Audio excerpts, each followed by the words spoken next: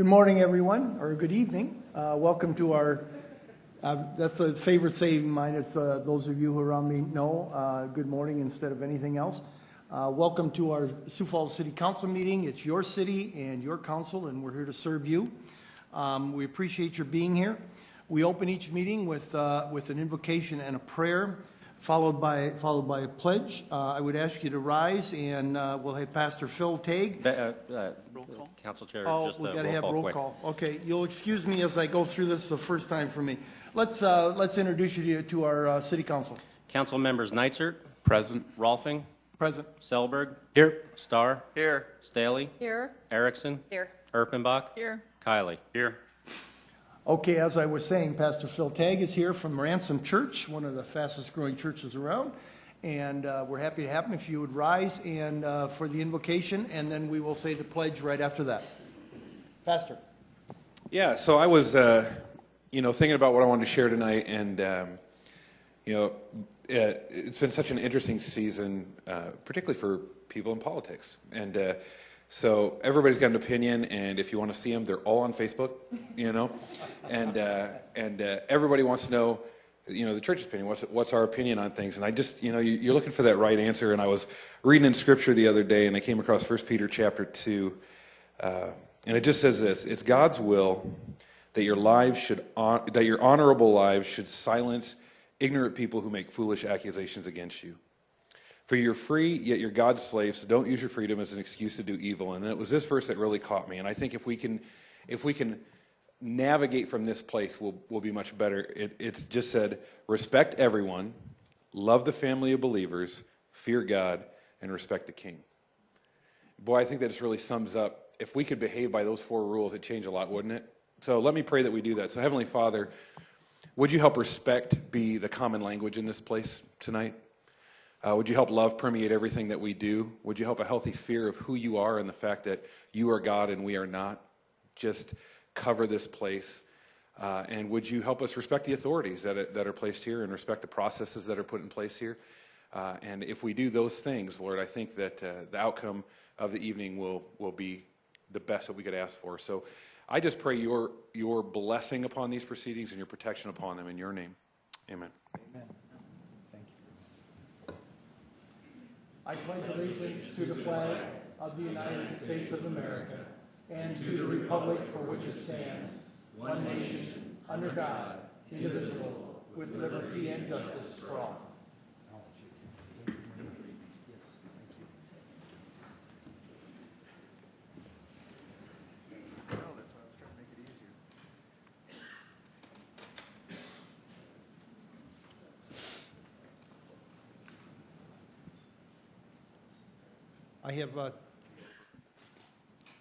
I have 2 proclamations here today. First one is for the World Kidney Day. Is there someone here representing World Kidney Day? Come on up, all of you. Must be all the orange people. Yes. That's super. Welcome. Thank you.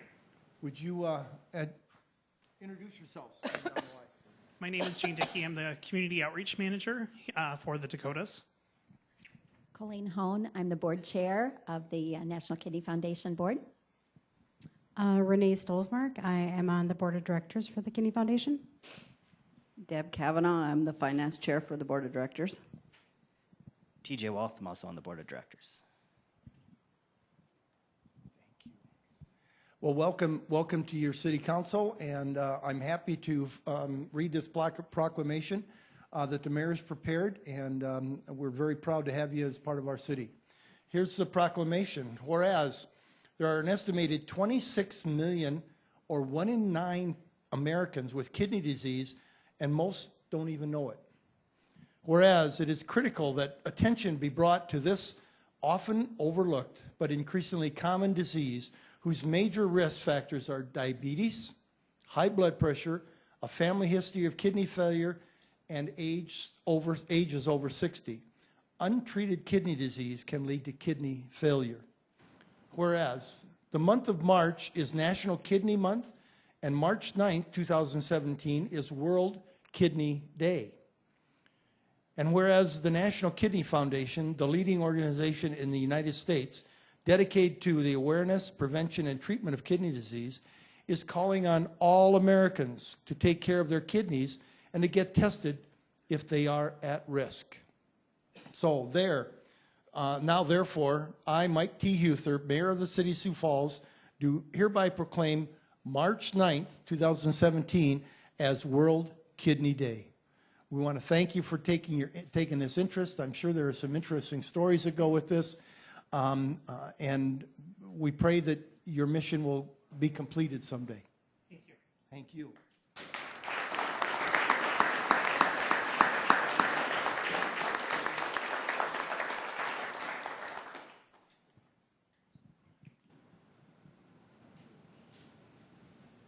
Next, women in construction.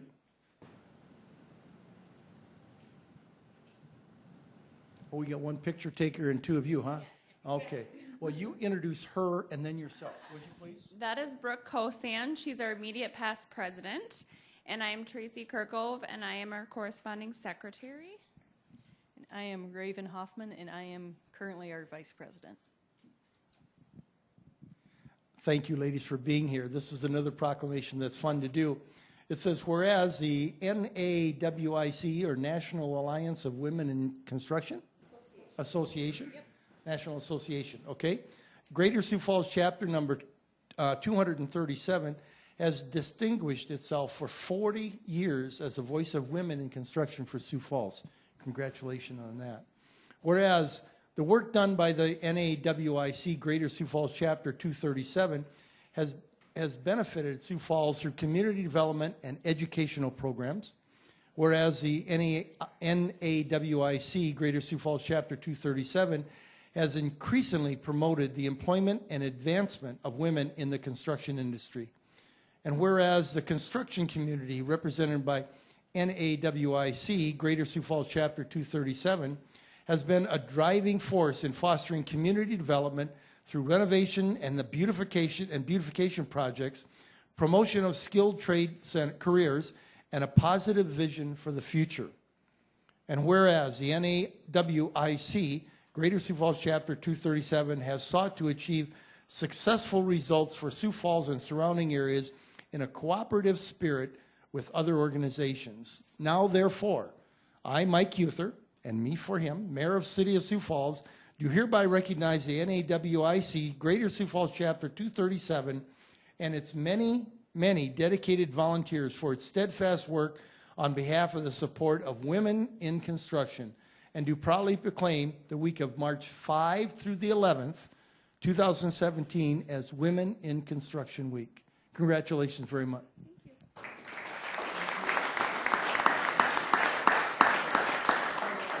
Hold that up for a picture. Did you get a picture?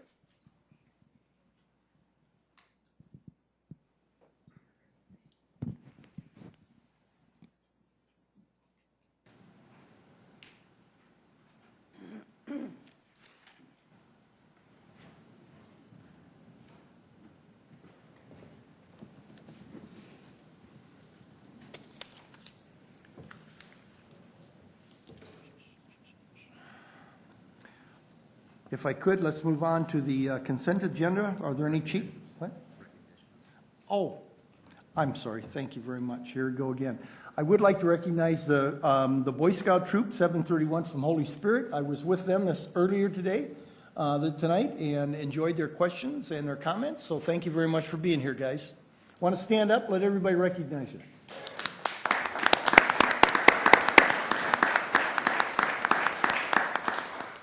And we also have, thank you, we also have a Cub Scout pack from Pack 371 from Gloria Day Lutheran. Welcome.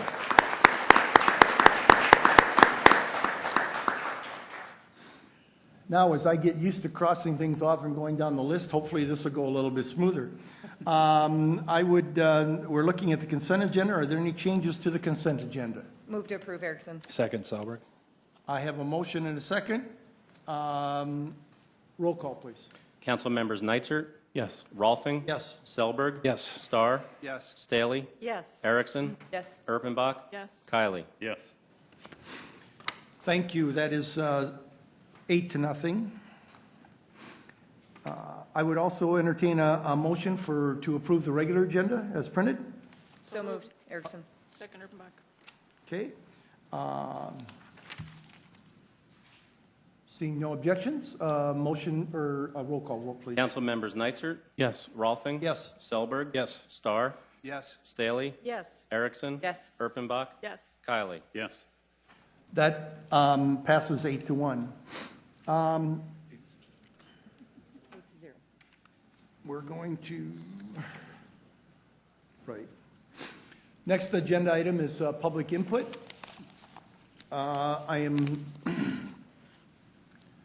Public input, we will take public input now from the public out here who would like to speak to the council.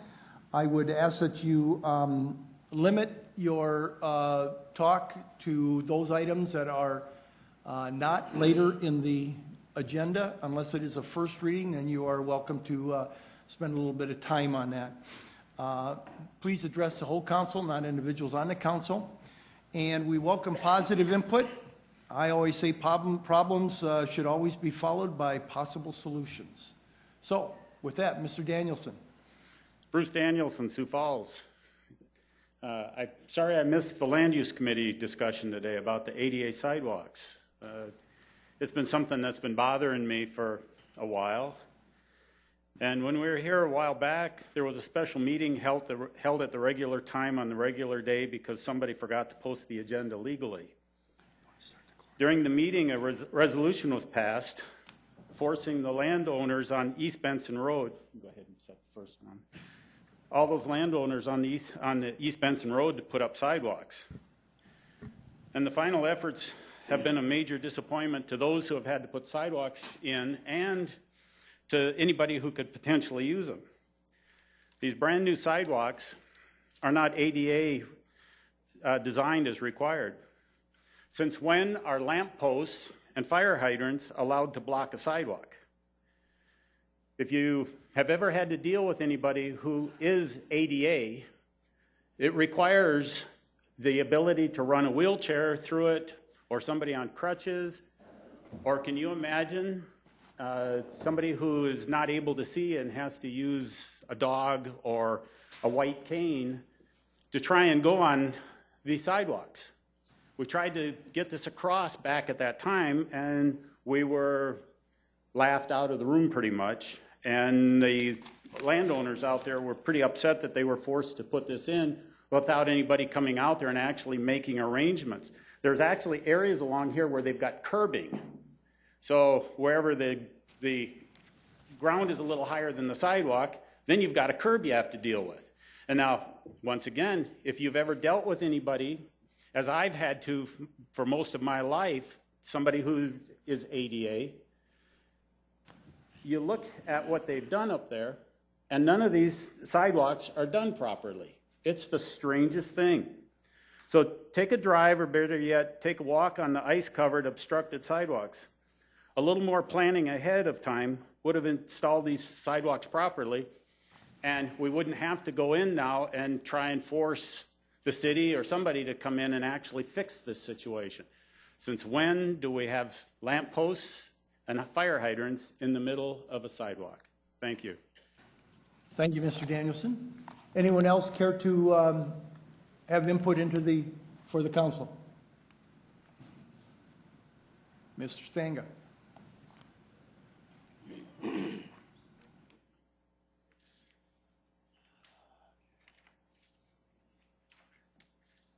Tim Stanga. I'm going to talk about one of the first agenda items. It's the property on 3rd in Sherman, where they're going to put office space up on the old Franklin School. They're going to put offices on the 2nd floor. There's 12 of them. And then on the 1st floor, they're going to put stores and a couple offices. And I went down and talked to some of the neighbors tonight before I came. Neighbors thought that this already passed. I told them, I said, no, far from it. But I guess the thing is, you look at it right now, and you got 12 spots already taken for offices. in the parking. You got 13 spots already taken for the first floor. That all depends if there's only one person working at each shop. But if there's more than one person working at each shop, then you're gonna have two to three vehicles per shop. And talking to the neighbors, one, they're worried about one, parking. Two, they're worried about parking on the streets and the traffic. They're talking about running off the front here, is putting a parking lot off the south side of Franklin, the old Franklin School. It's gonna come off from Sherman, and then it's gonna be a one-way off on 3rd Street. Well, 3rd Street, the traffic on 3rd Street is a bus route. Every half an hour, the bus comes down right on the corner of 3rd and Cliff. There's a bus stop. I don't know if the buses are probably, 60 to 80, maybe 90 feet long. That bus is going to be over that, coming out of that parking lot. I don't know if there was too much, I don't know if there was enough thinking in this whole thing on putting a parking lot in there. There's stoplights at Cliff Avenue and 3rd Street. Sometimes you can sit at that stoplight and you can almost fall asleep because that's how long it takes for that stoplight to turn. You get a bus in there, or you get a couple cars plus a bus, anybody in that parking lot will never get out. The problem is everybody goes away from that stoplight. They go to Sherman and they get off at 2nd Street, or they go to 4th Street to be able to pull out on the Cliff Avenue because of the parking, because of the stoplight. You know, the neighborhood isn't against what's going on here. What they're against is, one, we look at it, once these shops start filling in and then they start having people coming in, the parking around, because you can park all around Franklin School, I'm almost going to say maybe 40 to 60 spots that can be utilized on the street. And that's one thing that the people didn't like about the school being there, because the alternative school, people parked all around the street, and plus they had to pick up the garbage. Another thing that was talked about was the Salvation Army is right next to it. They have 2 buildings. Part of it's zoned residential. The back part is residential. The front part on the Salvation Army is C2. Well, what everybody in the neighborhood's afraid of is if we get this into a C2, then what are we going to worry about on the Salvation Army side? There's one house yet to be bought between I think it's 2nd and 1st. There's one property to be bought. And then on the next property over, the Salvation Army owns, and there's one house back there to be bought, and that's between 1st and the railroad tracks. And everybody's trying to figure out, well, if we pass this as C2, what are we going to have to deal with on the other 2 blocks? And it comes down to, one, traffic, parking, and people just don't want to see it, so appreciate it. Thank you, Mr. Grant. Anyone else would like to address the city or the council? Yes, sir. Hello there. My name is Stephen Ciano. I've been around the area since about 2002. I'm a disabled, homeless veteran, and I get my mail at the banquet, 900 East 8th. You wanted that information, certainly. I, however, have been unable to get needed assistance consequent of my disability, because of the nature of my disability, has to do with misconduct in the military, which the VA, being a military organization, wants to cover up, and apparently everyone else wants to cover it too. Because I was different with Asperger's and with a different set of beliefs when I went in, so I was attacked and suffered PTSD. There's a record of that, continues to be suppressed, and I consequently have been denied my needs to which I am lawfully entitled as a disabled person, and the VA has been unavailable despite them claiming otherwise. They have actually acted in such manner as was expected to cause my death. They forced me out of an apartment I had, which was grossly inadequate anyway, because I'm physically, secondarily to my primary social and emotional disability, disabled. I have thus gone to Falls Community Health. So I believe that is under your jurisdiction. And I have sought that they seek and obtain the records proving what others have been suppressing, and they have refused. And when I pressed the issue, they got Colleen Moran involved, and for months I worked with her. She got the information and then backed out of it. So still, I have a confirmed diagnosis of PTSD, compounding Asperger's, which is my primary disability since 1978, and I continue to be deprived of my needs. I continue to be homeless, and I don't know where to go. I finally come to you people.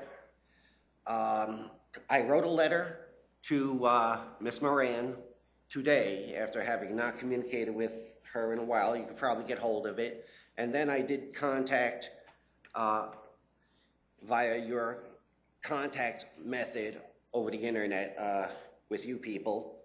So I did that to follow it up. I'm sure, although I do have some copies with me of that letter, which is what's on the clipboard here, I'm sure you can obtain it from her, and I hope that we can fix this.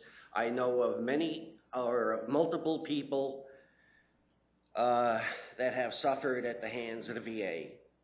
And I know multiple people that have suffered at the hands of the mental health industry, as well as other related industries which have been intertwined in what constitutes a discriminatory assault on me, life-threatening assault. I have gone up to the head of the VA, and it's been covered up. I've gone to congressional people, and may have affected some changes in the VA system. However, I locally continue to suffer. I need assistance, and no one is available to help me. I thought that it was the duty of the city attorney to make accommodations where necessary and to combat discrimination. And Ms. Moran has not done that in my case, and I therefore turn to you people in hopes that this can be fixed, and before I wind up dead, as apparently is somebody's will, through continued prolonged deprivation of my needs, my known needs, which can be demonstrated. I do hope to get your assistance. Maybe someone will step in and start things moving as needs to be done. Thank you. Thank you. Is there anyone else who would like to address the council? Please.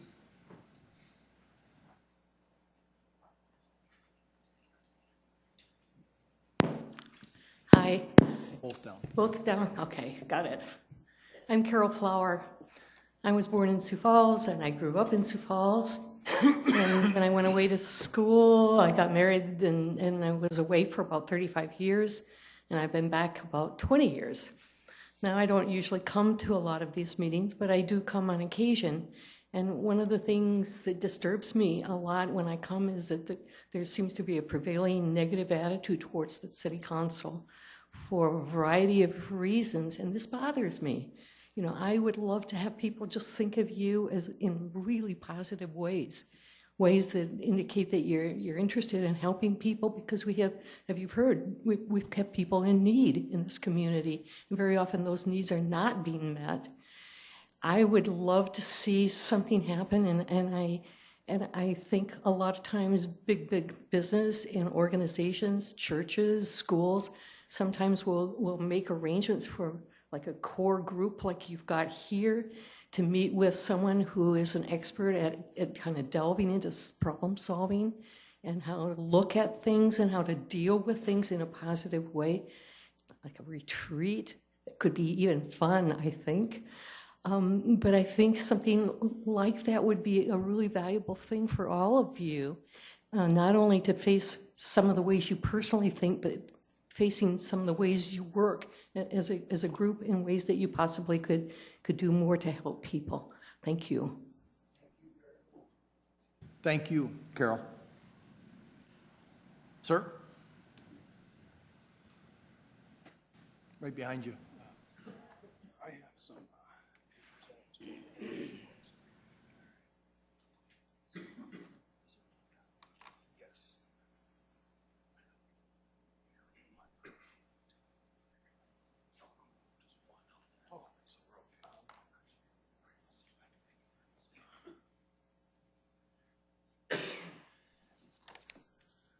Good evening, council members. My name is Nathan Schauer. I live at 4112 West 88th Street, directly south of the proposed apartment complex. I first wanted to thank you for your time this evening, for a few of us to get up and talk about our concerns and discrepancies. I'm up here to talk about petition number 5996. It's for the development request in regards to the rezone from agricultural district to the RA2 apartment residential moderate density district. The proposed plan is to build 3 apartments with 32 units in each, a parking lot with 156 parking spaces. Surrounding this proposed complex is single family homes to the north, the northeast, the east, and the south. There are recently built townhomes to the west. 22 single-family homes are affected on the 3 sides. This is a snapshot of the plot of land. It's a shot from the northwest side, just showing where the building would be sitting. Why are we here and what do we want? We want consideration of rezoning this agricultural property to an RD1 or twin homes. A normal transition which us as citizens deserve to protect our property value and our way of life. We had something recently similar happen to the north of us. Brett crosses 85th Street to the north and becomes Beale. Single family homes were built along Beale. This is also at an intersection of a major arterial street and a collector street. Citizens fought not to have R2 moderate density built here for the same reason as ours. The homes that are being built are selling fast, as the City of Sioux Falls also has a low inventory of affordable single-family homes. Kello just had an article on this just recently. This is a picture from the south looking north at the new single-family homes that are being built. These are being built to the south, so before too long they will butt up with 85th Street. I don't know if you guys have looked back at the history of kind of what we've been through or what the results were from the past petitions, but I'll just go over them real quick. November of 2015, the City Planning and Development approved. The next month in 2015, it was denied 9-1. Reason being was they had no plan submitted, and it was too close to single-family homes. Representative from Costello met with 2 neighbors to the east and suggested building office buildings. In December of 2016, the City Planning and Development disapproved the notion 7-0. One of the council members said has too big of effect on property owners' home values. Another individual stated it's too abrupt of a transition.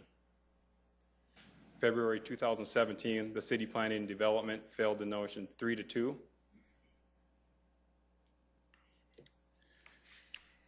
One area of concern for us is that just recently, Jeff Schmidt has become a promoter for Costello's proposed project. Jeff's job description is head of planning and zoning. His responsibility is head of the city master plan. His outline includes protecting citizens from adverse developments. He is supposed to show fair representation for the citizens of Sioux Falls. We have not once heard him say one negative thing about this proposed project, as there are many. Mr. Chair, point of order. Yes. I would appreciate that the speaker not attack individuals on the city staff, please. I apologize. Thank you. I would prefer, too, that the slides not be shown because his name is on there. Thank you. Respect is his due. We don't expect to be treated at a higher level, but equal is all we ask. We understand this land is not going to be vacant for long and don't expect it to be. We just want our neighborhood to be treated like every other in Sioux Falls. About a month and a half ago, I did my own research, and I handed out a sheet to you that has 12 apartment complexes that showed up on Costello's homepage when I went to their website. I visited all 12 of them just to see exactly what the layout was or what was normal around town.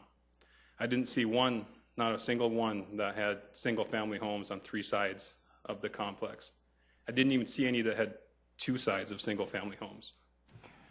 I did notice one on the... Your time is up, I'm sorry.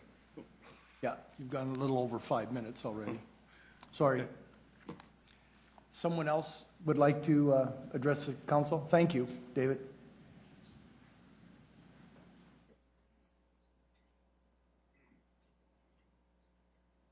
Okay, good evening. I'm Amy McEwen.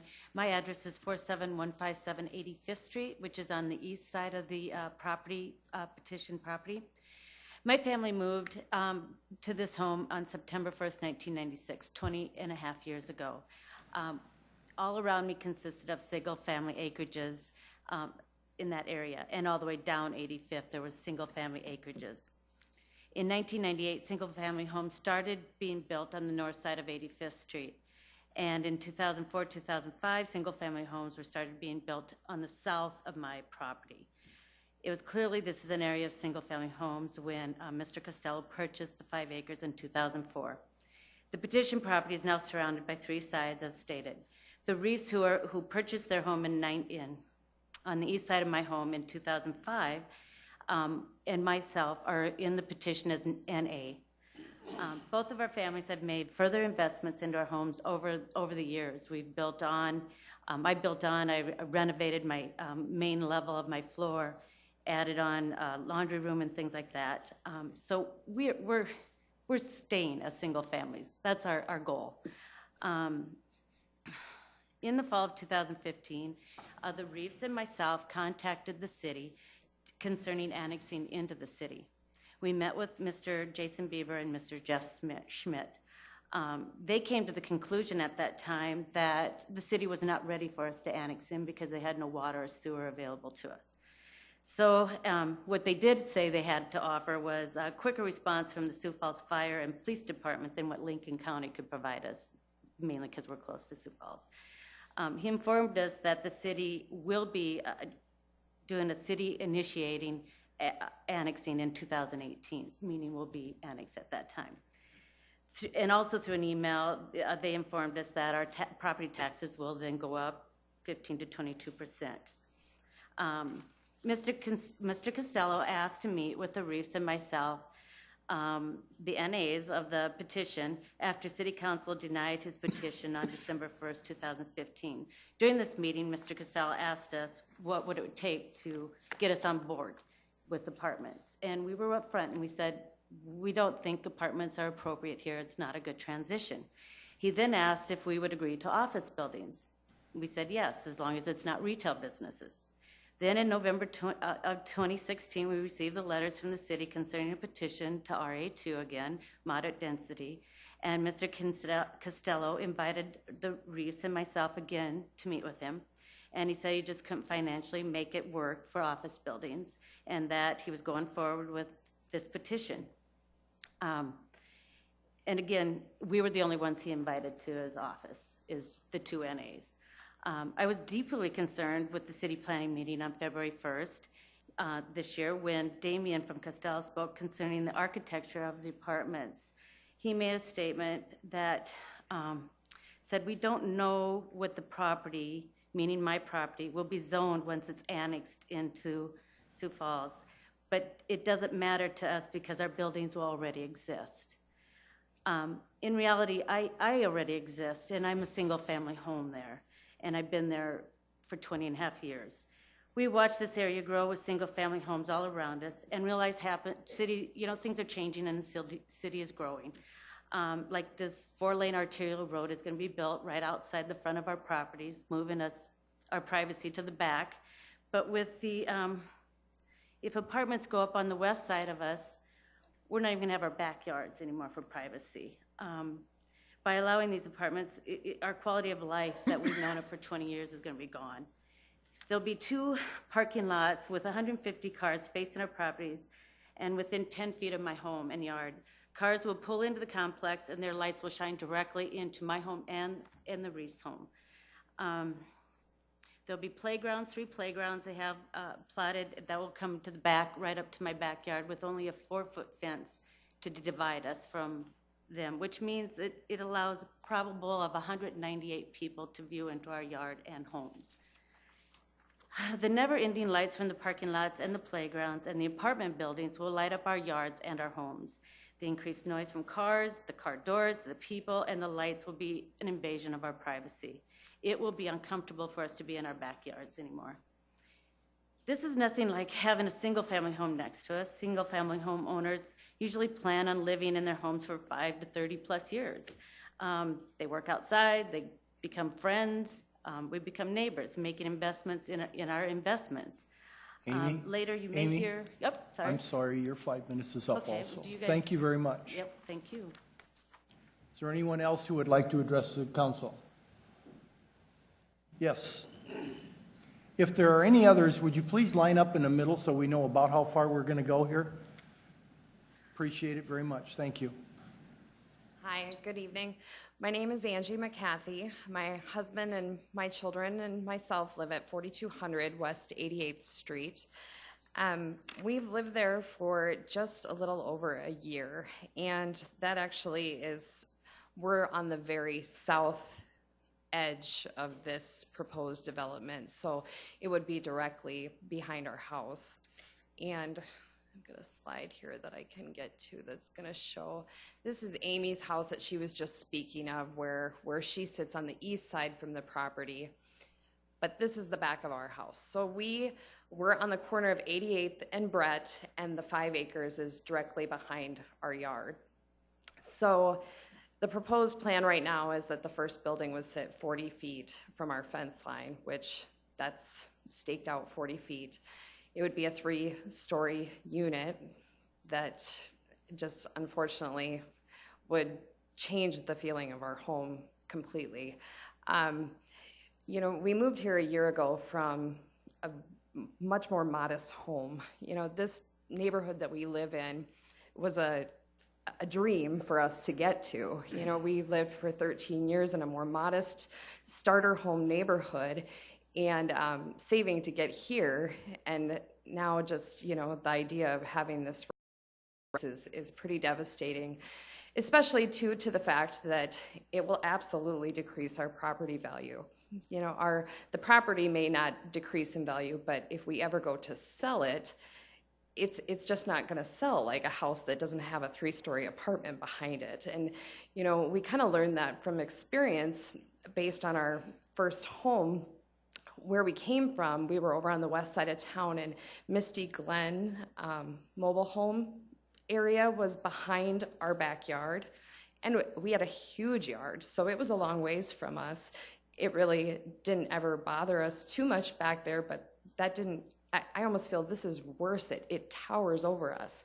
But when we went to sell our house had a lot of new upgrades to it, and it took over 90 days to sell our house, a starter home, where other houses in our neighborhood were selling within a week on the market because people were scared of that in our backyard. And, you know, I see this as being a very similar scenario now, but again, I almost feel this is worse because it's going to tower over our home.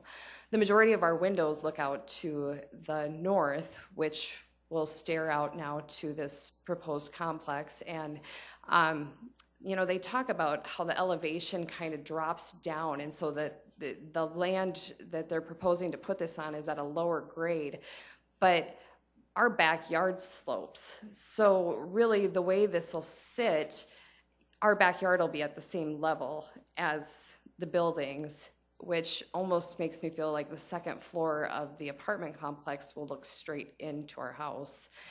And like I said, there's another picture. This is right out our living room window. That's my husband standing at 40 feet out from our main living space in our house. That's the deck along the back, but that's right out our living room window. This is another neighbor's yard on the south end. And this was just a sign that someone had taken a picture of, just to kind of talk about the point that, you know, they keep saying how this is such a great fit for location, but again, we keep stating that there's 3 sides of single-family houses around this property, when in fact there's many other areas that are also suitable to put apartments up that aren't going to decrease the value of homeowners' properties. I mean, this, like I said, I feel like this could really be devastating for us as property owners. The hit that we're going to take from this, you know, it just. Unfortunately, you know, when we bought the house, we knew it was undeveloped back there, but with it being ag and it being surrounded by single family, I just had faith in the zoning system that they just wouldn't. We thought we'd have twin homes or single family houses behind us because it just made sense as far as a proper transition. So we just would hope that you would take that into account. So this is another neighbor on the south side. He lives right next door to us. This is his backyard. As you can see too, our backyards are not very big, so it really will be, it'll feel like it's right on top of us. Thank you, Angie. Thank you. Appreciate it very much. Both of you would, okay. I will call a halt to it at that point, please. I'm Matt Edwards, and I live at 4120 West 88th Street. From the back of my house, where our master bedroom is, and my daughter's bedroom, is 20 feet to my fence. So that building will be less or right at 60 feet from our main living space and our backyard. At the last zoning meeting, it was stated that 88th and Brett can handle approximately 5,000 cars a day. This number really has stuck with me. That means in a 24-hour period that 3 cars every minute will be passing our home. If we look at peak hours, 7 to 7, a 10-hour period, that's 8 cars every minute. This raises huge concerns for this quiet neighborhood. We have a neighborhood of kids who walk down Brett and 88th, who go to the school for the only park in our neighborhood, to play sports, meet up with friends, and other activities. These kids would be crossing the driveways of this proposed complex on their way to the park or home, where at any given time, cars will be coming and going through the neighborhood. It was stated that these cars will most likely be exiting and entering off 85th Street. With these entrances and exits leading in and out of this complex, we simply know that the cars more than likely will cut through the neighborhood as it will be quicker than sitting at the stoplight when 85th is developed. One instant, Friday, I was out with my kids in the front playing basketball. 3 kids were walking across Brett, and a truck came flying around the corner because Brett is not a T intersection, there's no stop signs, and he went right behind those 3 kids. So during high traffic times, once again, increasing danger and rising concerns for the safety of our kids. They propose 156 parking spots for these 96 units. That does not seem like enough parking stalls. If there are 2 people that live in the same apartment, both having vehicles, and they were all full, that means there could be 36 cars without parking spots in the complex. And this number does not include guests that would be visiting. So where else do they park? Do these vehicles end up parking? Along the street, which we are already seeing an increased number of vehicles parking along the street from the townhomes, even though they also have parking in the complex, but people park along the street because it's easier to get in and out of the parking lot and their complex/home. Adding additional 96 units will increase our traffic issues and safety for our kids. On the map, it looks like 88th Street and Brett isn't a through street leading to 85th, when in reality, in fact, a curve in the road at 88th and Brett often becomes a racetrack, and we see several unsafe drivers tear through the neighborhood without slowing down or having awareness for the safety of others. We have many kids who walk to and from the park, friends' houses, or chasing a bouncing ball into the street. With that many cars going through the neighborhood at unsafe speeds and carelessness for others, it's only a matter of time before something happens. We have put together a petition where you can see we have compiled signatures from neighbors who have signed and all express the same concerns. They who have signed may not have been able to be present today, but their voices through their signatures stand behind and support us, as we hope our council members will do for us today. Thank you very much. Thank you very much. And one last one. Thank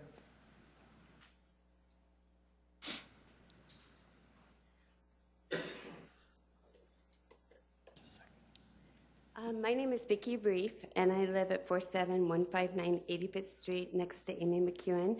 I also am the 3-acre lot that is considered NA on the petition site plan. What I wanted to show you quick here was this shows what Matt was talking about, 85th Street to the north, and if you see 88th Street there to the south. So Brett, which is to the east of the egg that is asking to be rezoned, will go straight across 85th and becomes Beale.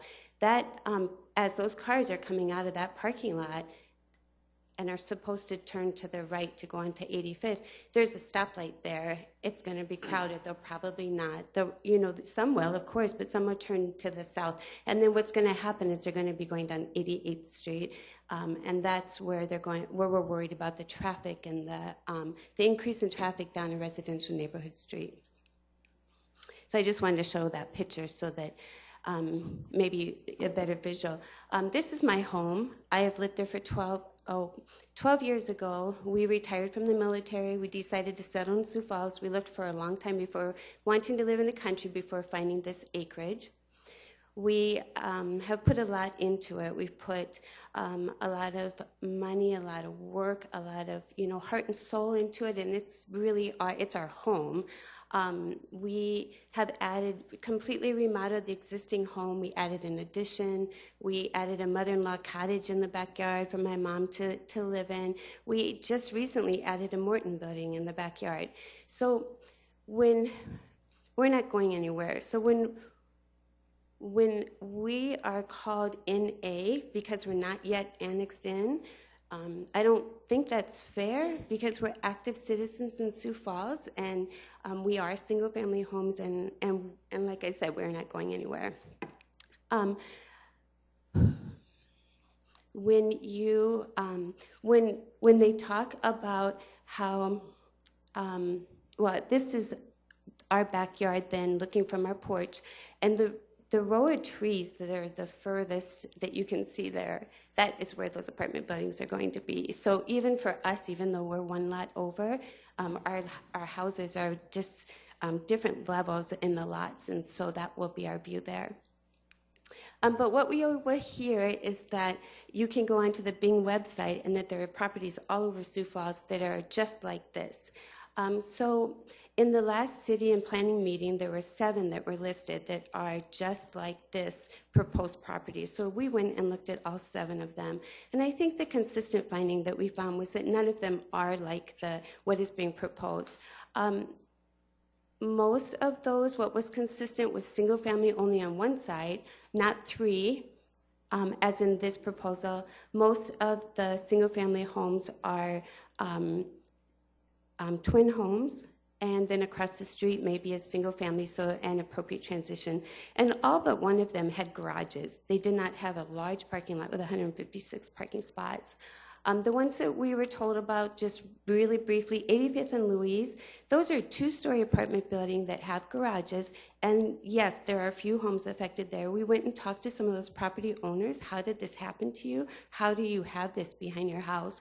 And we were just told that they thought twin homes were going there. It got sold, rezoned. They missed that, and these got built. And comments they said was, we feel like we live in a fishbowl. I have little kids. I don't even let them play in our backyard anymore. Our neighbor sold his home, lost $40,000. And these apartments aren't cheap. They're mostly one bedroom. They start at $900, and they all have garages. So it's going to be a little different. And if you go on the other side at 85th and Louise, this property that they reference has a big berm. It has spruce trees. It has garages that separate the single-family homes with that tall fence from the apartment building. If you go to Rosecrest, which is another of Mr. Costello's property, this property only is on one side, and again, it has their backyards and then about a 20, 30-foot buffer there. Only a few homes affected, again, two-story apartments, and only on one side. This is another one, and then I'm going to go, this was another one. This one here was 54th and Sertoma. This is a property of Costello's that we have seen pictures of that is going to most closely resemble what will be put on this lot. I think what's really important here is if you look at this, this is a really large area that they have this big apartment building. And if you looked at that 5-acre lot where they plan on doing this, it's very small. Also that it's single-family homes only on the one side, and the fence, what's happening here is no one's building on these lots. So people who are building knowing that there's an apartment there. Your time is up. Right. Thank you very well, much. Thank you for listening. Thank you. Mm-hmm. I've allotted, not allotted, but I have given the opponents of this proposal a significant amount of time. I would like to give the proponents just a little bit of time also. Are there some proponents?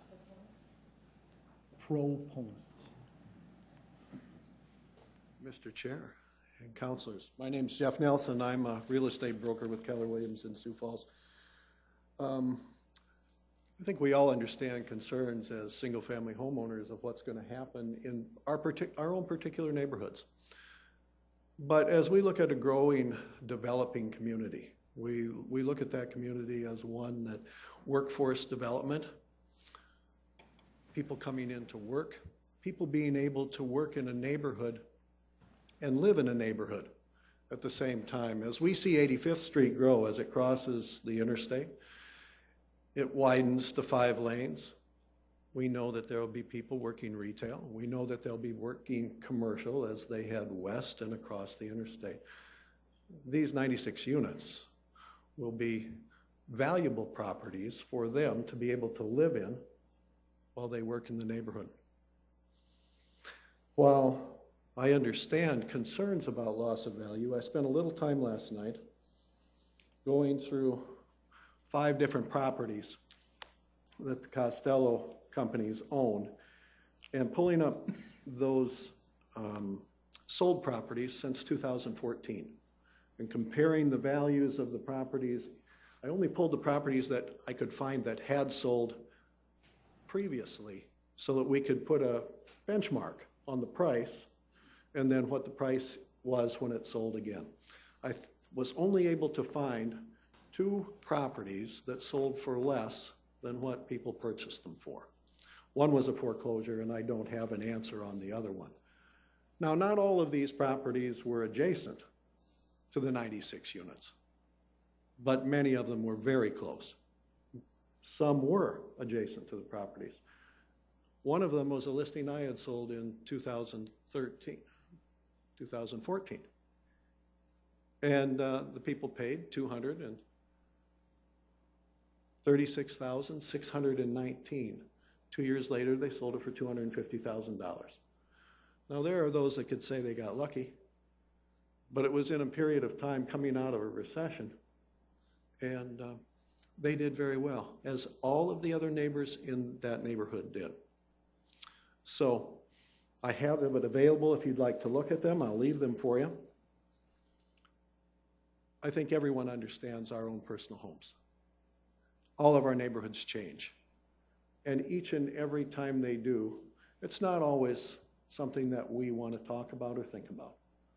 But nonetheless, as a city grows, as people move, and as commerce moves, as it is in this neighborhood, and many people have known for years and years that it's moving that direction, it's important to remember. Thank you for your time. I'll leave these for you. Thank you, Jeff. Appreciate it much. Any other opponent or proponents? Thank you. Thank you, Chairman, Councilors. I'm Joan Franken, Managing Director for Costello Companies in Sioux Falls. It is well known that Costello Companies is in the multifamily housing industry.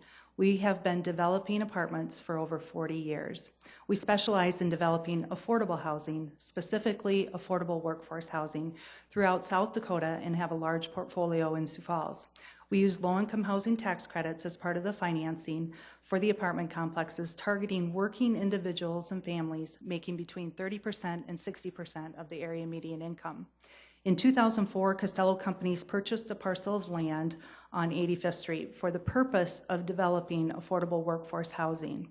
We knew that the city's plan had 85th Street slated to be a major arterial street. We knew that eventually it would be growing to the west to be the next big retail employment center for the city of Sioux Falls. The improvements are now scheduled for 85th Street to be completed in 2018, which would pave the way for the land to the west to be developed into the retail employment center that it is planned for. Affordable workforce housing should be within close proximity to these retail, services, schools, and employment opportunities, making this a perfect location for an affordable workforce housing apartment complex. Recently, the first phase of a pilot project of Sioux Falls Thrive conducted by Augustana Research Institute was completed. The Sioux Falls Affordable Housing Needs Assessment for 2016 was released, in which they chose affordable housing as the focus because it is the key to recruiting and retaining workforce for continued economic growth, and because of the substantial shortage of housing for those making 50% or less of the area median income. The study concluded that despite very low unemployment, currently just over 2% in Sioux Falls has low wages, and although it is considered one of the most affordable cities in the country, comparisons of the median income to the median housing costs show a growing demand for housing that is affordable for those making 60% or less, specifically those under 50% of the area median income. A critical component of workforce development is having a supply of safe and quality affordable housing to support workforce needs. Forward Sioux Falls has also made it its 5-year focus to be workforce development, and with that, workforce housing is critical. A local realtor recently commented that there is no entry-level affordable single-family home in Sioux Falls. Most people pay more than 30% of their income in rent, taxes and insurance and utilities, so the only good options for a growing number of people of all ages is renting. And there is such a limited supply of affordable housing in Sioux Falls that it slows the overall economic development and impact on growth for the city. This apartment community would target individuals and families earning between 30% and 60% of the area median income, with most of the units designated to the 50 and 60% range. The income for a family of 4 in Sioux Falls at 60% is $43,200. The projected rents for this complex at this time would be anywhere between $405 and as high as $1,123, as set by HUD. These are working people, teachers, people with retail jobs, restaurant servers, administrative staffing. These are the types of people that will live in this type of housing. Costello Companies not only develops these apartment complexes, but we also manage them. Our apartment communities are all members of the Crime-Free Housing Program, and as part of our management plan, we inspect every single unit at a minimum of once a year. The residents are required to abide by the rules and regulations for the complex, and if they do not get to live there. I have a picture of the Chasing Willows complex. This is the land site. These are the trees, okay, and if you will, yes, thank you. As you can see by the pictures, we build a superior product because we want people to embrace this type of housing in their neighborhoods, and we want to be good neighbors. We manage our complexes at a superior level as well to offer safe, decent, and affordable housing to our tenants and to take care and protect our superior asset for the owners, lenders, and investors, and again, to be good neighbors. We don't get calls from the neighbors because our tenants also want the right to quiet enjoyment of their homes, which is their unit and the apartment community they live in. The land that we own at the corner of 85th and Brett is a perfect location for affordable workforce housing, and we are requesting an RA2 zoning which will allow these buildings to be constructed. A lower density zoning will reduce the number of units and will drive the cost up to a point that the units will not be affordable in the 30 to 60% ranges. Joan, yes. Joan, I'm sorry, your time is up. All right, thank you. Any other proponents? Proponents? Okay, that should be it for public input. Mr. Thank you Chair? all. Yes. I believe it's within my right to ask. I would like to say if there's anyone on that other side who has something new to offer, I would like to hear their testimony. And maybe we need to vote on point of order, however that works. I don't think that's part of it. We can do that when we come to that part of when we read it. Then you will be able to call anyone up you want if you You're want saying during the today first at the reading. first, I don't believe that happens at the first reading. No, not first reading. Okay, I don't believe you. That's fine. We've There done it was that way someone who had before, but that's okay. I'm not going to allow that though because they had probably 50 minutes and they've had 10. So I think, and we'll get it all next week. Well, can I ask for a point of order where we would vote on? I believe we get to vote on that. Oh, we're in No. public input still. Yeah, Mr. we're in Chair. public input. I'm not going to allow it right at this point. Are there any other proponents? I'm asking one more time. Okay, we'll move on with our agenda. On to Mr. Chair? Yes. I would move to appeal the decision of the chair to be anyone that's here for public input to be heard. I That's guess why that we're here. is. I second that. Okay, that's fine. I accept that one. I accept that one because you can extend voter. You can extend public input if you want. The council can. Any discussion? Yes, Mr. Chair. Okay, Councilor. The reason that we're here tonight is we do public input so when citizens want to address us and to cut them off prematurely if they haven't repeated themselves, and I haven't heard anyone repeat themselves, they've done a nice job. We're here to take public input. That's what we're elected to do. The citizens have concerns, and to cut them off at this point I don't think is appropriate. Thank you. Any other input? And I also have... Councilor Staley, go ahead. I have something out of our operations manual, and it says at the end, any member of the council may call on a citizen to provide additional public testimony. During what part of this? During what part of the meeting? During public testimony. Okay, we're doing that. And so that's why I was asking if that I believe It's I not had the it way right. I understood it. I'm sorry. Okay, we will vote on the motion to extend public input for the opponents. For anybody. For anybody. Particularly, it was, well, okay, Staley's wasn't deal. Okay, for anyone. Councilor Kyle. One additional question. Do we have any idea how many other individuals wish to speak this evening? It won't make any difference, I guess. So we will vote on this. Well, Call the roll, please. It would make a difference to me, Mr. Chair. Okay. Doesn't to me. Is there many? I don't see any. No one's raising their Mr. Chair, hand. isn't the idea is if somebody has something to add that we haven't heard, I mean, can we invite them up if there's something we've missed, and we'll get to the point here? We're going to vote on that. If you would like to see that extended, then vote yes. If you would like to cut off public input at this time, please vote no. Call the roll, please. Council members Nitzert? Yes. Rolfing? No. Selberg? Yes. Starr? Yes. Staley? Yes. Erickson? Yes. Erpenbach? Yes. Kylie? Yes. That motion fails 8 to 1. Is there any other public input? Any Mr. other public Mr. input? Chair, can I invite someone to speak I guess I would go back to Councilor Staley first because she asked. This person would be a proponent. The proponents haven't had nearly equal Okay, time. but May I ask? I will get back to Okay. you. Councilor Staley, do you have an individual by name that you know wants to come up and Oh, say I something? do not. I'm just, we're Okay, still, it's then I still, will ask you to, okay. I've asked for public input. No more no one stood up. Councilor, I'm putting you on the spot. Bonnie Mogan, would you come up and talk about the public meeting that is planned for this neighborhood in this project that's been addressed? Because I believe we've heard dramatic input from the folks that are against it. We understand that, I get it. But I just wanted, because I know that you represent Costello and you work with Mrs. Franken, could you just talk about the public meeting that's coming up? Thank you. I'm Bonnie Mogan with Costello Companies. welcome, Bonnie. Thank you.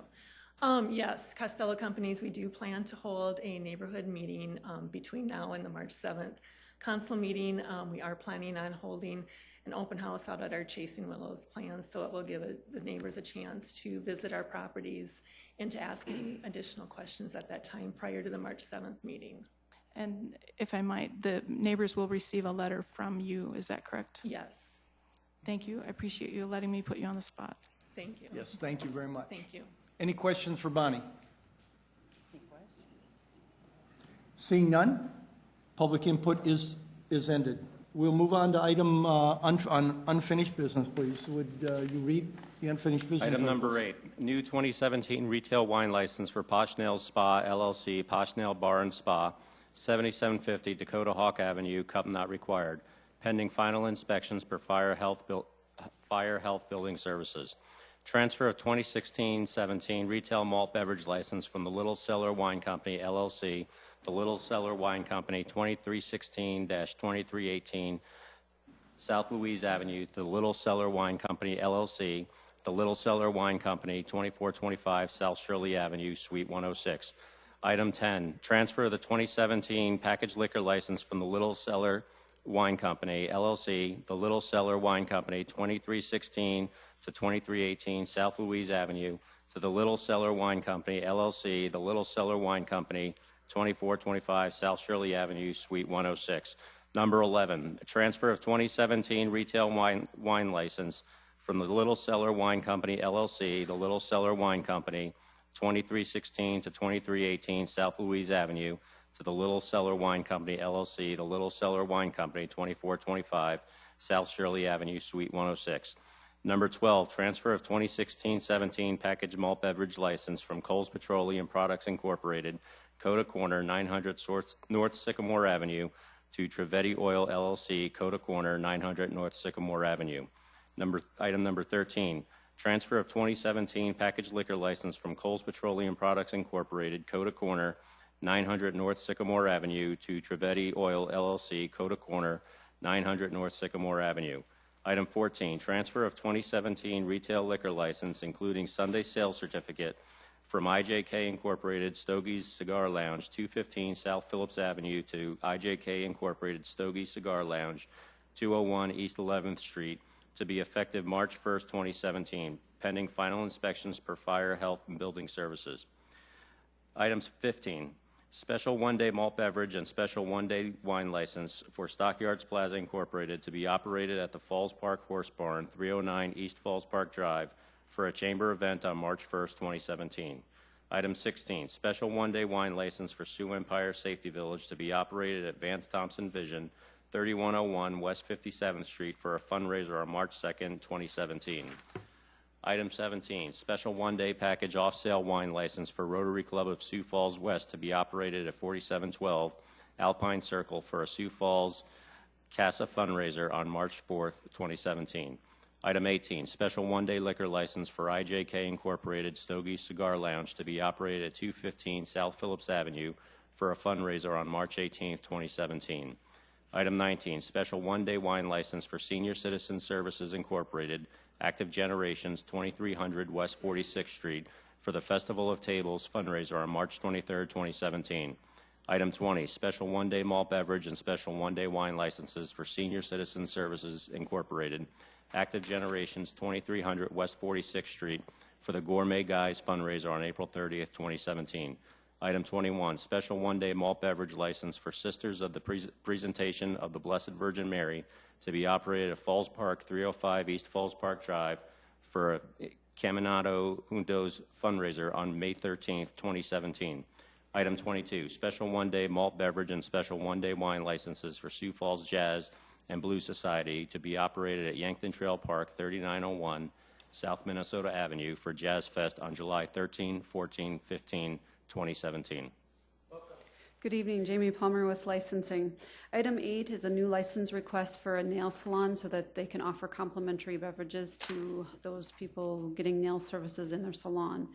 Items 9, 10, and 11 are transfers of 3 different license types held by one business, and it's due to a change in the business location. Items 12 and 13 are a transfer due to a change of ownership. Item 14 is also a transfer request due to a change of location. And on this item specifically, I will need to ask for an amendment to change the effective date to read March 6th. Items 15 through 22 are all special one-day events, and I'd be happy to answer any questions. Many of the applicants are here tonight, too, if you have questions for them. Make a motion to approve items 8 through 22. Second, Selberg. May I also have an amendment, if I may? Yes. A motion to amend item 14 by replacing March 1st, 2017 with March 6th, 2017. Second. Neitzer. Motion been made and seconded to amend item number 14 to have the second reading, or to be have an opening date for the 8th of May rather than the 1st of May. Effective date. 6th of May, sorry. March. March. Well, we're close. We're close. March 1st, okay. Let's vote on the amendment. Any questions on the amendment? Roll call, please. Council members Neitzer? Yes. Rolfing? Yes. Selberg? Yes. Starr? Yes. Staley? Yes. Erickson? Yes. Erpenbach? Yes. Kylie? Yes. Thank you all. Are there any other comments or anything on these? I would entertain a motion to accept them. Or we've already done that? Okay. Let's vote, please. Vote on the amended May motion. Council members Neitzer? Yes. Rolfing? Yes. Selberg? Yes. Starr? Yes. Staley? Yes. Erickson? Yes. Erpenbach? Yes. Kylie? Yes. Motion carries 8-0. Move on to item 23, please. Item 23, a second reading, an ordinance of the City of Sioux Falls, South Dakota, amending the Code of Ordinances of the city by amending Chapter 95, Parks and Recreation, requiring 48 hours prior to official action. Councilor Erickson, would you like to speak on this? Public input first, I believe. Okay. Or we could do it this way, and you could explain what this is, Sure. and then we can have public input. Sorry. This just is, we discussed it over the last 6 to 8 weeks. All this does is require official action by the city council to be not done on anything voted by the Parks Board for 48 hours, essentially creating about 2 weeks in between there due to the time that they meet. The reason for this change is it's happened once before, and really no impact, no effect of the Parks Board doing it. Years ago, the meeting date was changed from Monday to Tuesday, and so essentially we kind of created this from happening as they meet on the same day as us. So for us to be able to do our due diligence, give some time in between the meeting and when official action is taken by the Park Board and comes to the City Council, I think it's beneficial to have that 48-ish hours in there moving forward. So I'd ask for your support. Is there any public input? This is the second reading. Public input. Mr. Danielson. Bruce Danielson. I went to a Parks Board meeting today, and in the process of everything, I also found I got a phone call the other day from the Parks Department to come and pick up my recording of the 3 meetings, and I'm going to be getting them already reserved for the next 12. One of the things I discovered, and today when they were there, they were talking about how they're kind of blaming this body for kind of messing up their schedule on getting things to them. And I wish I could have had a chance to say something on that, because this is a This is a dominant board, and that's a subsidiary board. And there's a big difference between them. And I'm glad you're doing this because they need to understand that they aren't in a position to tell you what to do. You set policy for them to do things. And it was very strange in that conversation listening to them as to what they seemed to think when we're sitting in there.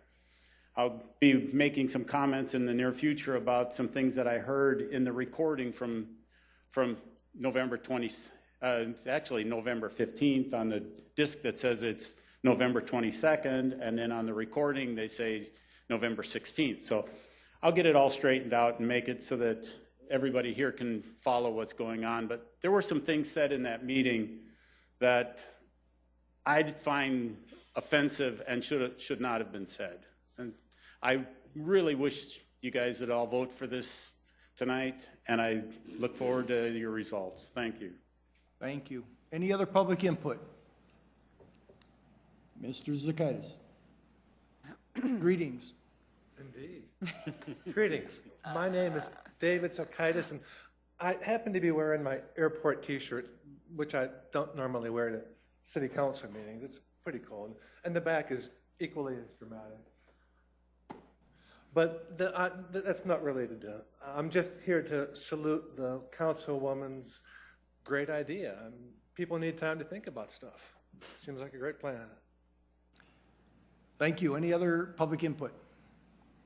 Seeing none, questions, council, for staff and anyone? Councilor Staley.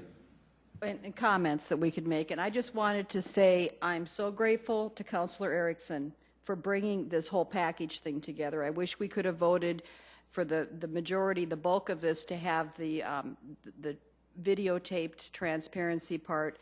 But even this is going to be a help, I think, for us to have information about what's going on. So thank you for your good work on that. Councilor Erickson, did you have a comment? I saw you. Nope. Move to approve. Second. Okay, motion been moved and seconded by Erickson and Neitzer. On the second, any other debate? Roll call, please. Council members Neitzer? Yes. Rolfing? Yes. Selberg? Yes. Starr? Yes. Staley? Yes. Erickson? Yes. Erpenbach? Yes. Kiley? Yes. That motion passes 8-0. Item number 24, please. Second reading, an ordinance of the City of Sioux Falls, South Dakota, authorizing the amended and restated water tank lease agreement between the City of Sioux Falls and AT&T, 57th Street elevated water storage tank. Good evening. Yes, sir. Darren Fries, Public Works Water Division. Item 24 is a lease agreement for telecommunications equipment on our 57th Street water tower. This was a new lease brought on by the tenants' desire to upgrade their equipment at this site. They are an existing tenant within good standings with the program, and we would appreciate your support on this item. Is there any public input? This is a second reading. Public input. Seeing none, council questions? Move to approve. Kiley moves to approve. Second. Second by Erpenbach. Any discussion? Roll call vote, please. Council members Neitzer? Yes. Rolfing? Yes. Selberg? Yes. Starr? Yes. Staley? Yes. Erickson? Yes. Erpenbach? Yes. Kiley? Yes. Motion carries 8-0. Thank you. 25. Set a date of hearing and second reading for Tuesday, March 7, 2017 at 7 p.m. for item 25. An ordinance of the City of Sioux Falls, South Dakota, rezoning property at 4030 South Grange Avenue from the C3 Commercial Community District to the C4 Commercial Regional District, petition number 6216-2017, and amending the official zoning map of the City of Sioux Falls. Planning Commission recommends approval 6-0. Thank you. Mr. Schmidt. Good evening. Jeff Schmidt, representing planning staff on this item and the other planning items this evening. This item is down on Grange and 49th Street. It is currently zoned C3 as an existing auto sales service center, and they are looking to expand to C4 commercial. So they're going from C3 to C4. The proposed use is to add additional parking and one more building to continue their auto sales facility. It's a 6-acre site. Are there any questions of Mr. Schmidt? This is the first reading, so no public input. I would entertain a motion to put the second reading for Tuesday, March 7th at our 7 o'clock meeting. So moved. Second. Mr. Kiley? Ms. Erpenbach? All in favor? Or I mean, roll call, please. Council members Nitzert, Yes. Rolfing. Yes. Selberg. Yes. Starr. Yes. Staley. Yes. Erickson. Yes. Erpenbach. Yes. Kiley. Yes. That motion carries 8-0. Item 26. Set a date of hearing and second reading for Tuesday, March 17, 2017 at 7 p.m. for item 26. An ordinance of the City of Sioux Falls, South Dakota rezoning property at 1500 and 1504 North Cliff Avenue from the C2 Commercial Neighborhood and Streetcar District to the I1 Light Industrial District, petition number 6183-2016, and amending the official zoning map of the City of Sioux Falls. Planning Commission recommends approval 6-0. Thank you. This is an existing site up on North Cliff Avenue, just northeast of Rice Street. It's existing C2, and you can see the majority of the land around it is zoned industrial. They're proposing to rezone this less than an acre site to industrial to be more compatible with the existing land uses. They want to construct 3 buildings on the site to have paved parking for truck storage, and to the east, they would have a 30-foot buffer yard. Thank you, Mr. Schmidt. Council questions? Move to set the date to Tuesday, March 7th for second hearing. Councilor Erickson has a motion. Second. And second by Councilor Kiley. Any discussion? A roll call vote, please. Council members Nitzert, Yes. Rolfing. Yes. Selberg. Yes. Starr. Yes. Staley. Yes. Erickson. Yes. Erpenbach. Yes. Kiley. Yes. That motion carries 8-0. Item number 27. Set a date of hearing and second reading for Tuesday, March 7, 2017 at 7 p.m. for item 27. An ordinance of the City of Sioux Falls, South Dakota rezoning property at 1200 East 3rd Street from the S1 General Institutional District to the C2 Commercial Neighborhood and Streetcar District, petition number 5397-2016, and amending the official zoning map of the City of Sioux Falls. Planning Commission recommends approval 6-0. This site is on the northeast corner of 3rd and Cliff. It's existing, and it's 1.7 acres. It's the old Franklin School, and it's already S1 because it's a school site. They're proposing to rezone it to C2 commercial uses to be more compatible with the surrounding area. And the parking is going to be on the north side and the south side. The existing building is going to be 14,500 square feet of office retail on the main floor and 10,000 square feet of office on the second floor. They're going to have 82 parking spaces on the site. Again, S1 to C2. And there's the parking plan with parking on the north and to the south onto 3rd Street. Okay. Any questions of staff? Councilor Nitzert. Could you just tell me how the parking is calculated in a situation like this? Yes, and again, during public input, it was up here on the screen also, so it's a good opportunity for the citizens to see this. It's also shown on this screen, down in the southeast corner of the visual there. We look at the usable space at the building, so you don't count the storage, the boiler rooms, those types of things. And so you look at the usable space, 24,000 square feet, you divide it by 300, which is the parking calculation, and you come up with 80, or 82 in this case, for parking spaces which are required for the site. Yes, continue. Oh, so 1 space per 300 square feet of usable area? Correct. And then, are there any buffer yards required, and if so, where? The landscaping requirements would be on to the adjacent to the single family to the north, the south, and the east. And with the standards that we have in place in the zoning ordinance for all sites, you also get to account for half of that landscaping requirement is counted as the street. So how big is the setbacks, I guess, would be the question. You have setbacks and you have buffer yards, so they're already meeting their setbacks, but we'd be looking at the buffer yards. And so when you have C2 next to single family, you're looking at 30 feet, and so you'd have a 15-foot buffer yard to these areas. Okay, thank you. Other questions? I have one that is, let's see, that is more than 2 stories high, isn't it? In the 3 or 4 stories high? What is going to happen with the other upstairs? I believe it's still remaining office. Remaining what? Office space. Office space. Correct. Okay. And that's taken into consideration a total 24,000 square feet. Okay. Any further questions? Then I would entertain a motion to approve the second reading for Tuesday, March 7th at 7 p.m. So moved, Erpenbach. Second, Selbert. Okay, thank you very much. Seeing no more questions, please, roll call vote, please. Council members Neitzer, Yes. Rolfing, Yes. Selberg, Yes. Starr, Yes. Staley, Yes. Erickson, Yes. Erpenbach, Yes. Kiley. Yes. That passes 8-0. Number 28. Set a date of hearing and second reading for Tuesday, March 7, 2017 at 7 p.m. for item 28.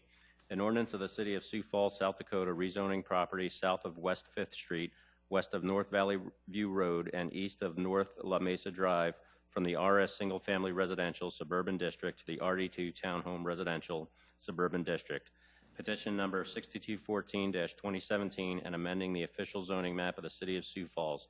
Planning Commission recommends approval 5-0. This site is existing RS. It's 8 acres of land in the northwest quadrant.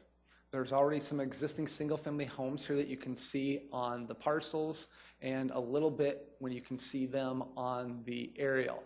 What they're rezoning, though, is to the south of the existing single-family and which is to the north of the manufactured home park.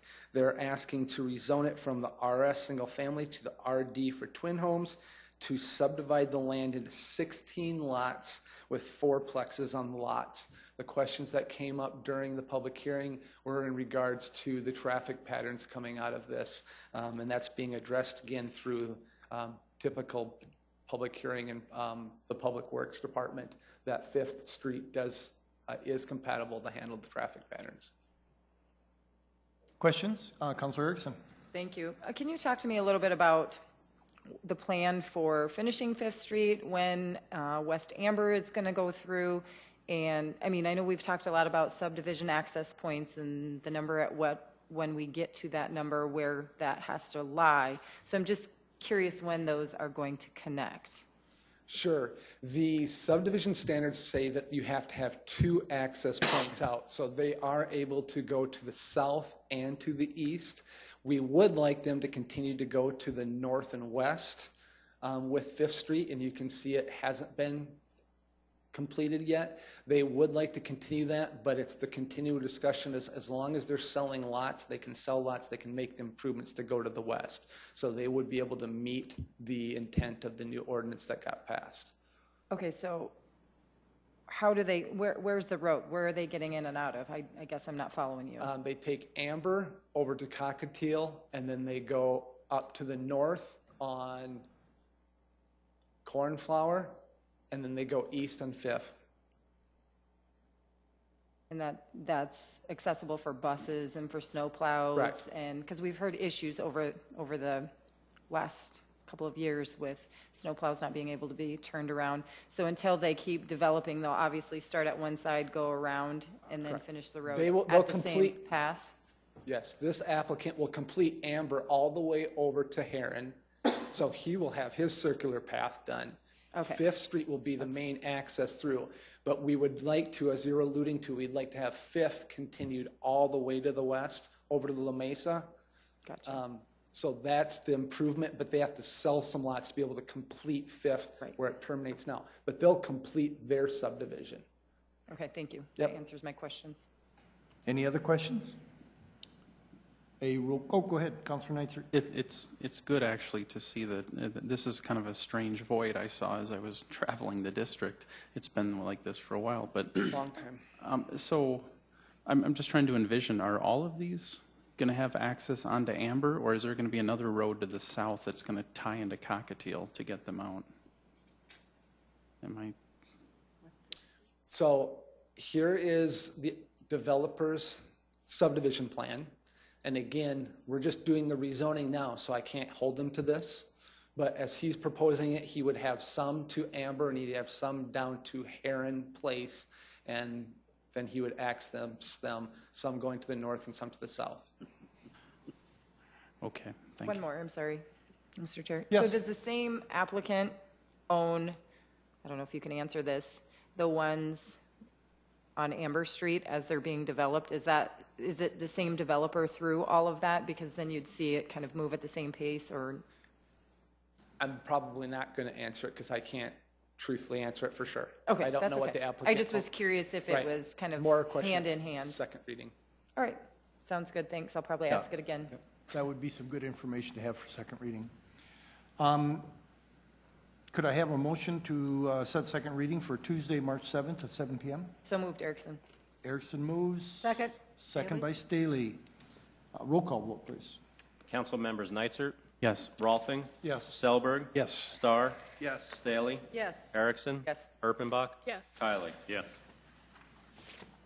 On to number 29, please. Set a date of hearing and second reading for Tuesday, March 7, 2017 at 7 p.m. for item 29. An ordinance of the City of Sioux Falls, South Dakota, rezoning property at 215 East 14th Street from the RT2 Townhome Residential Traditional District to the RA2 Apartment Residential Moderate Density District. Petition number 6129-2016 and amending the official zoning map of the City of Sioux Falls. Planning Commission recommends approval 5-0. This is an existing site. It's relatively small, half an acre. It's at the intersection of an arterial and the collector. It's twin homes next to single family, and they're proposing to remove one of the houses and keep the duplex in the corner and build an apartment complex. So as they rezone it from twin homes next to single family, they're going to put in apartments, and they want to build a 22-unit, 3-story apartment building on this corner. Discussion. Hearing none, would anyone like to set a date of hearing for second reading on Tuesday, March 7th, 7 p.m.? So moved. Kylie moves. Second, Erpenbach. Second is Erpenbach. A roll call vote, please. Council members Nitzert, Yes. Rolfing, Yes. Selberg, Yes. Starr, Yes. Staley, Yes. Erickson, Yes. Erpenbach, Yes. Kylie. Yes. Motion carries 8-0. 30. Set a date of hearing and second reading for Tuesday, March 7, 2017 at 7 p.m. for item 30. An ordinance of the City of Sioux Falls, South Dakota, rezoning property at 4209 West 85th Street from the AG Agriculture District to the RA2 Apartment Residential Moderate Density District. Petition number 5996-2016 and amending the official zoning map of the City of Sioux Falls. The Planning Commission motion to approve with a condition that the south setback shall be a minimum of 40 feet, failed due to a lack of majority vote, 3-2. This is a new site. It's ag down in the southwest part of town. It's 5 acres. It's on the intersection of an arterial street and a collector, adjacent to single family. The 5-acre site is being proposed to rezone from ag to RA2, and they're proposing to construct 3-story apartments with 32 units and associated parking on this site. And again, as we mentioned, the proposal was to add a additional buffer yard as a condition on the south side. Previously, why this was added into more detail at Planning Commission is City Council remanded it back to planning staff to look at it in further detail, review the site, and consider more setbacks. I have more slides if you have more questions. Discussion. If I, Councilor I'd say Erickson? go ahead and go with the additional slides. We've heard a lot of information tonight, and so for me personally, I'd prefer to hear the whole presentation. Okay. Thank you. The comprehensive plan and the zoning helped us to really look through this as we looked at it in greater detail, as is typical if we get it remanded back to us. 85th and Brett is not unique. We have on numerous sites throughout Sioux Falls, as again the neighbors discussed this evening. Shaped Places, which is our zoning ordinance, understood the concerns that were raised at this point, and we really try to do a good job of mitigating the issues between single family and multifamily. What we've tried to do with the comprehensive plan, these are the standards, not the laws, but the standards in the comprehensive plan. They talk about encouraging multifamily buildings to be designed to reduce their apparent scale. How do you do that? You try to break up the massing. The buildings that are shown here they're not blocky. They have pitched roofs. They have multiple masses, multiple pitches. So that helps break up that apparent scale. Landscape buffers also really do a good job to help that. In the comprehensive plan, we require landscape buffers to reduce the conflicts between adjacent land uses. So that's, again, when you referred it back to us, we required more of a condition on the south side. We went from basically a 15-foot to a 40-foot buffer yard on the south side. The lighting transitions, these are required to address higher intensity uses. And again, the zoning ordinance also requires that you cannot trespass light from one site to the other. The lighting has to be contained on the site. You cannot trespass light onto the adjacent land uses. Street traffic. Traffic, as you're well aware, is the hot ticket item on every item that comes before you. So what I tried to do is I tried to really look at the facts and just explain them. A local street doesn't really have traffic from the standpoint of what an engineering design standard states. Collector streets, such as the ones we've seen already today, 5th Street at La Mesa, this one at Brett, is designed to have 5,000 vehicles a day. That's what a collector street is built to have. An arterial street is designed to have 25,000 vehicles a day. Currently on 85th Street, you have 1,100 vehicles a day, so it's expected and designed to have 25-fold more traffic in the future. Then what I tried to do here is show what a typical traffic pattern would be from the land that's being looked at for being rezoning going to the north. I don't know if I have a pointer on here. The elementary schools to the north. You can see the large elementary school to the north. So anybody from the school or the neighborhood would go up Brett and up to the elementary school. If you're going to the commercial uses, you would go to the east. If you went into work, you would go to the north and east. Traffic patterns typically don't go south and east like that to then have to make the turn. It just becomes a conflict point versus going north and east. Drainage. Drainage is a big issue, so when we looked at that, the nice thing about apartments, one of the nice things, again, there's pros and cons, they don't have basements.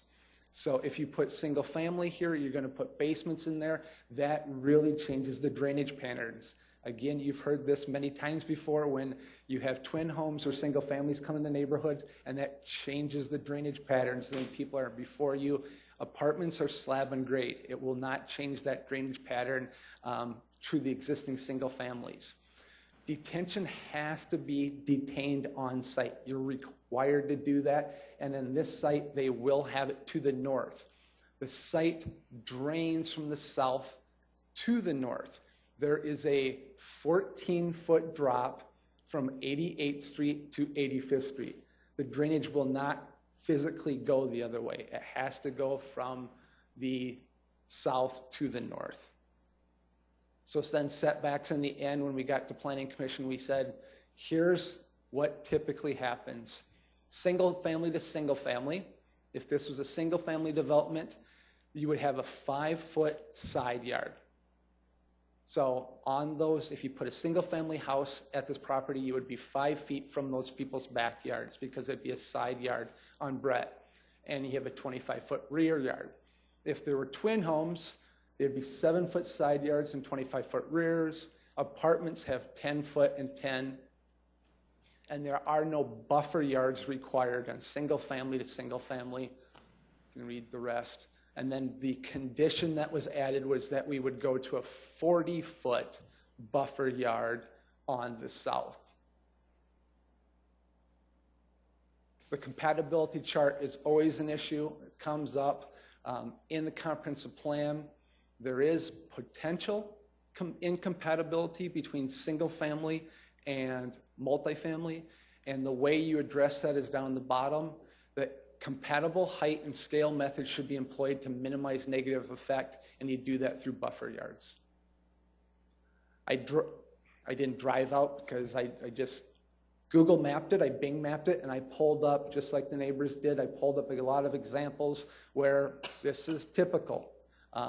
It's very typical. We always put single family and multifamily next to each other. It's throughout town. It's our typical land use pattern. And then what I think always gets forgotten is that we do have minimum standards. In the code, everybody always has to address through the law, the lighting, the signage, the landscaping, the parking, the drainage, the access, the height, and the setbacks. Those are things that always just get addressed. And these were the pictures from the applicant. Is that it, Mr. Schmidt? Yes. Questions? Councilor Kiley. What type of landscaping is planned in the 60-foot buffer area? In terms of plantings, fences, whatever. Don't know for sure what's going to be planned. I could tell you what's going to be required. In the required buffer yard, they would have to have basically the berm and the landscaping units. Okay? Now, if we required more of a berm in that area, then they have the associated landscaping units. The landscaping units, again, because there's people listening at home to this too, it's not just a unit. If you have 100 feet of frontage, it's 40 units per 100 feet, and 1 unit is a shrub. If you put in a coniferous tree, that's 7 units. So you can decide, do we want to put in some really nice landscaping to get a better landscaping unit, and then we count them up. And so they could come in and go, well, we're going to put in some evergreens, we're going to put in some, they can decide what really works the best there, because again, you have the grade change and you have houses to the south. What's going to work on a north elevation versus an east elevation. So. Councilor Staley. Well, first of all, I know Councilor Erpenbach referenced an open house the Costellos are going to have, and it will be noticed, but we have all the council members have been invited to the neighborhood on the 25th, this Saturday at 1:30 to actually see the property, so I think that will be helpful. But Jeff, I'm just wondering, you know, when you're talking about the transition and the compatibility, when you're talking about single families, the ideal situation be to have, if you're going to be going to higher density, to have a twin home next to that, or would you ever have a townhouse next to that? I can't answer it if I say the best. Our ideal. Our standard is basically we put single family next to multifamily. At every intersection, we go commercial, multifamily, single family. Okay, so I'm gonna interrupt here if I could, because Mr. Schmidt, we always, it seems to me, with the new shaped places, we have always tried to go to a high density to a lower density, than to a lower density, which in my book always meant an apartment building to a twin home or duplexes or something like that, than to single family. And that's what we tried to do in other times. Am I correct or not? No. That's what I was asking. Yeah. I know there's been times where we said, no, you've got to put some twin homes in there between them. Yeah, but it's the question on the semantics or the phrasing. Is that the best? And I can't answer that. But typically what the standard is we just go commercial, apartments, single family. I can't. Single family can be duplexes or it can be Correct. single family. Yeah, Right. it can. Got it. So, and the intensity changes. We don't necessarily want single family next to commercial because that's too intense. You want something to break that up. And there's better and there's not as good. So, not as good. Yeah. Councilor Neitzer. Thank you. So you've talked about a 40-foot buffer yard. I think you meant a 40-foot setback. Is that fair to say? Yes, sir.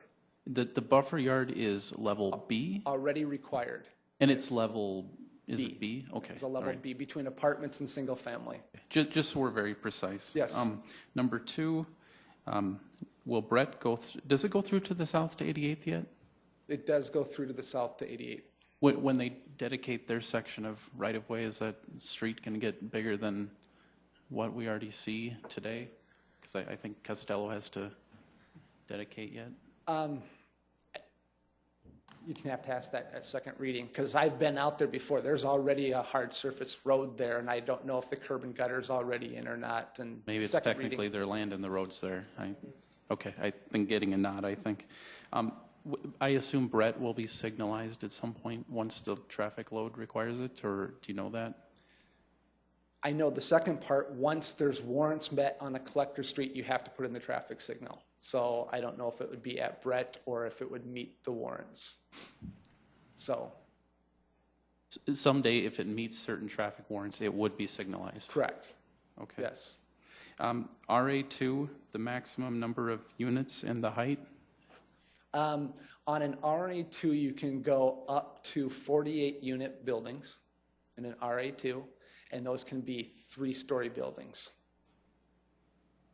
45 feet? 3-story or 45 feet. Okay. In an RA2. Okay, any other questions? I have one. Could you go back to one of the first slides that shows the street names as it's going by that?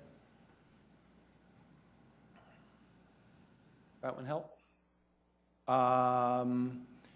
Yes. Okay, that one's good too. I have a pet peeve. Okay. If I'm driving west on 85th Street, I turn left, I go to Beale. I turn right, I go to Beale. I turn left, I go to Brett. Why? Why is 2 streets going the same direction? Does that make any sense at all? And I'm not saying it's your fault. No, please don't get me wrong. But I'm just saying, does that make any sense? Thank you. You answered the question. I would urge you to take a look at that. If there are no other questions, I would I'd entertain a motion for a second reading on Tuesday, March 7th at 7 p.m. So moved, Urbanbach. Second, Staley. Okay, Urbanbach and Staley. Roll call vote, please. Council members Neitzer? Yes. Rolfing? Yes. Selberg? Yes. Starr? Yes. Staley? Yes. Erickson? Yes. Erpenbach? Yes. Kiley? Yes. Thank you all, and an 8-0 vote. Here we go, Russ. It's all up to you now. Item 31, a resolution of the City of Sioux Falls, South Dakota approving the placement of a sculpture on public property. Good evening, Council Chair, City Council members, and citizens. My name is Russ Sorensen, Urban Planner with the City of Sioux Falls Planning Office.